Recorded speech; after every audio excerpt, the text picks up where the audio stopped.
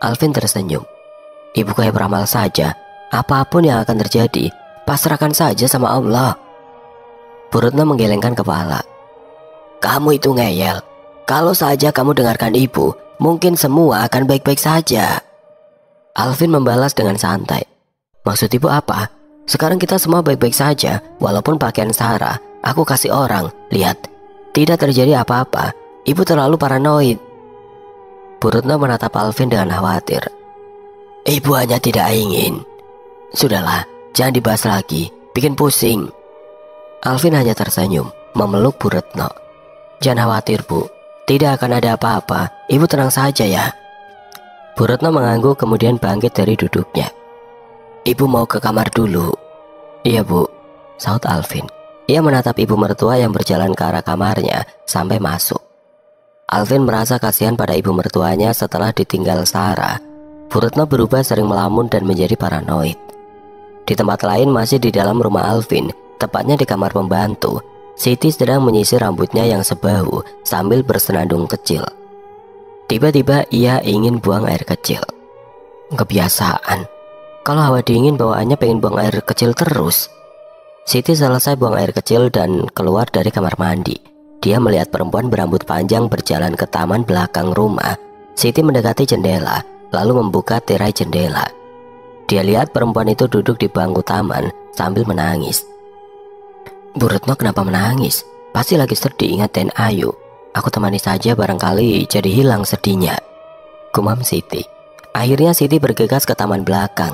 Sesampainya di bangku taman, Siti mengajak bicara perempuan yang dianggap Bu Retno. Bu Retno lagi ingat Den Ayu Sarah ya? Yang sabar, Bu. Lebih baik ibu beristirahat. Cuaca dingin banget di luar. Tidak baik buat kesehatan ibu. Nanti ibu masuk angin, kata Siti. Perempuan itu terdiam dengan posisi masih menunduk. Siti lebih mendekat. Mari, Bu, saya antar ke kamar. Tiba-tiba perempuan itu tertawa pelan. Siti merasa aneh. Bu, Ibu Retno baik-baik saja. Perempuan itu tertawa semakin nyaring dan mengangkat wajahnya. Mata Siti terbelalak ketika melihat wajah perempuan itu.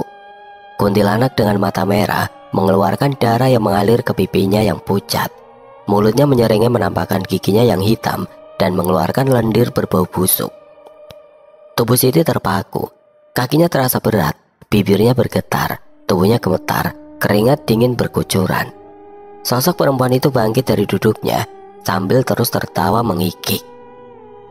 Kuntilanak, gumamnya pelan. Sosok perempuan itu mendekati Siti dengan gerakan patah-patah. Kuntilanak. Akhirnya Siti berhasil melarikan diri sambil berteriak. Alvin yang sedang menonton televisi tidak menyadari yang terjadi di taman belakang. Dia menikmati kopinya. Angin dingin berembus menerpa wajahnya. Tirai jendela berkibar. Rupanya jendela belum ditutup. Alvin melangkah ke jendela bermaksud menutupnya. Namun pemandangan di luar bikin bulu kuduk berdiri. Dia melihat Sarah berdiri di bawah pohon sawo sedang menatapnya. Alvin mengedipkan matanya untuk memperjelas penglihatannya, tapi sosok Sarah sudah menghilang. Alvin segera menutup jendela. Setelah itu terdengar suara tangisan dari arah dapur. Alvin terdiam memastikan kalau itu suara tangisan bukan suara lainnya. Ia bergumam, mungkin itu suara si Siti yang nangis karena putus lagi. Alvin mengabaikan suara tangisan itu. Ia pergi ke kamarnya, tapi baru saja balik badan tiba-tiba ada Siti yang menabraknya. Alvin dan Siti sama-sama terperajat. Ampun, jangan ganggu saya cuma mau kerja. Swear, kasihan sama saya dong, saya belum kawin, jangan makan saya. Siti merapatkan kedua tangannya, matanya terpejam, ia bersimpuh tubuhnya gemeteran. Siti, apa-apaan kamu? Bentak Alvin. Siti kaget. Dia terdiam sejenak dan berkata pelan, itu suara Den Alvin. Rupanya setan di sini bisa menirukan suara Den Alvin. Alvin semakin geram dengan tingkah Siti pembantunya yang baru 3 bulan bekerja. Ia langsung nongkrong di depan muka Siti. Siti, buka matamu, lihat saya. Siti perlahan buka matanya, kemudian jarinya nyentil telinga Alvin untuk memastikan kalau di depannya manusia bukan setan. Alvin kesakitan. Siti, apa-apaan sih? Beraninya sama majikan. ternyata Den Alvin betulan. Maaf Den, aku kira setan.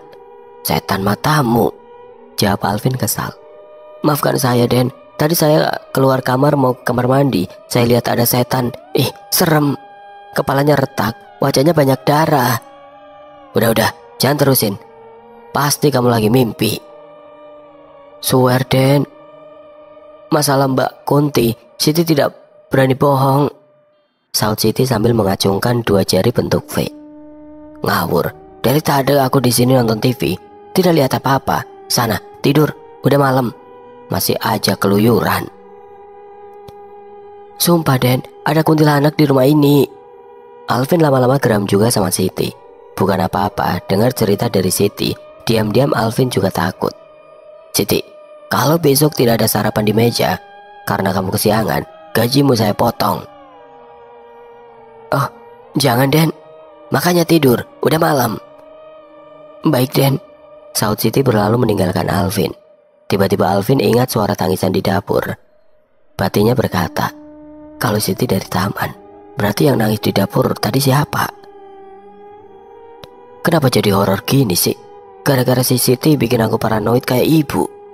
Gerutu Alvin, kemudian dia langsung masuk kamar. Di dalam kamar sebelum tidur seperti biasa, Alvin memandangi foto Sarah. Dia mencium foto istrinya, setelah itu baru merebahkan tubuhnya di ranjang. Foto Sarah dia letakkan di sebelahnya. Alvin tidur dengan nyenyak, tapi foto Sarah di sebelahnya mengeluarkan air mata darah yang menetes ke bantal. Air mata darah terus menetes membentuk genangan kecil di bantal. Foto Sarah tetap terpampang di sana, dengan mata yang terlihat sedih dan pahit. Tiba-tiba kamar menjadi semakin dingin, dan Alvin mulai menggigil kedinginan. Dia tidak sadar foto telah berubah menjadi arwah Sarah yang tidur di sebelahnya dengan berlinang air mata darah. Arwah itu menangis. Bu Retno tidak bisa tidur. Dia gelisah dan bolak-balikan badannya. Samar-samar dia mendengar suara tangisan yang sangat jauh. Sarah.